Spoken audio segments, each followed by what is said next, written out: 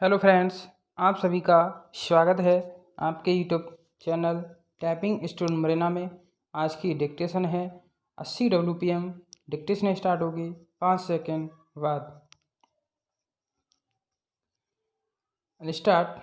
महोदय, बच्चों को जो ज्ञान प्राप्त हो वह अनुभव से प्राप्त हो, न कि केवल स्मरण शक्ति पर आश्रित रहकर रटाई द्वारा।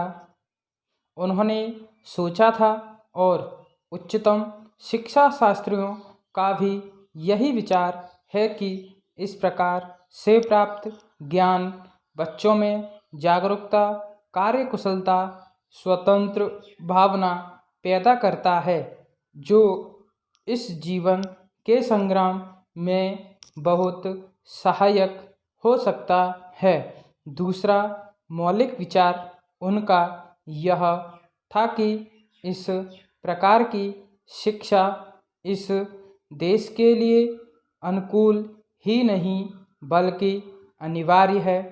बच्चों से जो कुछ भी काम कराया जाए वह उत्पादक काम हो और उससे जो कुछ भी पैदा हो उससे शिक्षा का व्यय यदि पूरा पूरा नहीं तो अधिकांश निकल सके, क्योंकि यदि शिक्षा का व्यय दूसरे प्रकार से निकालने का प्रयत्न किया जाए तो वह बोझ इतना बड़ा होगा कि शिक्षा सार्वजनिक नहीं बन सकेगी।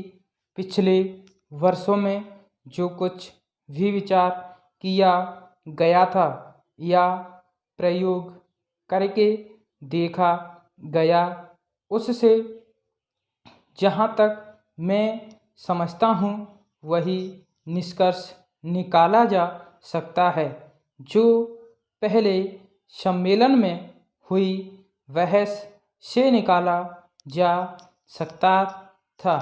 हमारे शिक्षा शास्त्रियों ने इस पद्धति की अनुकूलता और श्रेष्ठता तो मान ली थी, पर उनकी दृष्टि में इसके द्वारा शिक्षा का व्यय निकालना असंभव ही नहीं, अनुचित भी था। प्रयोग से देखा गया है कि इस पद्धति की उपयोगिता है और इससे पूरा नहीं तो अधिकांश व्यय निकाला जा सकता है। यह मैं प्राथमिक और माध्यमिक शिक्षा के संबंध में कह रहा हूँ। पैरास्टार्ट। उच्च कोटि की शिक्षा के संबंध में अभी प्रयोग नहीं के बराबर है, इसलिए उसके संबंध में अभी कुछ भी कहना संभव नहीं है।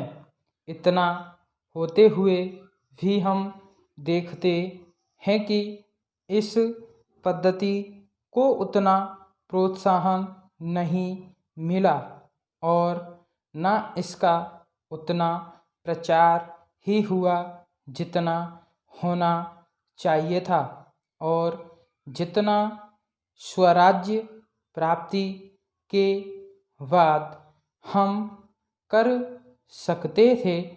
इसका कारण जहाँ तक मैं समझता हूँ यही है कि इसकी उपयोगिता प्रमाणित होने पर भी पुरानी पद्धति पर जो आस्था थी वह अभी दूर नहीं हुई है और इसी कारण शिक्षा के काम में जो व्यक्ति लगे हुए हैं उनका न तो इस ओर ध्यान गया है और न उन्होंने इस विषय पर गहराई से चिंतन ही किया है।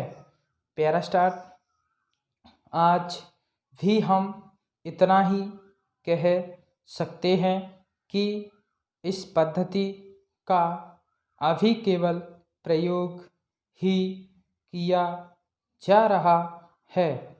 इसे राष्ट्रीय कार्यक्रम मानकर हमारी सरकार ने उसको चालू करने का निश्चय नहीं किया और क्रियात्मक रूप से कुछ करने की बात तो नहीं के बराबर ही है। उसका परिणाम यह हुआ है कि पुरानी पद्धति की संस्थाएं दिन प्रतिदिन बढ़ती जा रही हैं और शिक्षा पर सरकार जो कुछ भी व्यय कर सकती है या करना चाहती है उसका बहुत बड़ा अंश उस पद्धति को ही बनाए रखने में व्यय हो रहा है और इस पद्धति को बहुत कम प्रोत्साहन मिला है। मेरा अपना विश्वास है कि शिक्षा में मौलिक परिवर्तन अवश्य किया जाएगा। स्टॉप। ताज़ा तरीन अपलोड्स की नोटिफिकेशन हासिल करने के लिए हमारे चैनल को सब्सक्राइब करें और साथ में दिए गए घंटी के निशान को दबाना ना भूलें।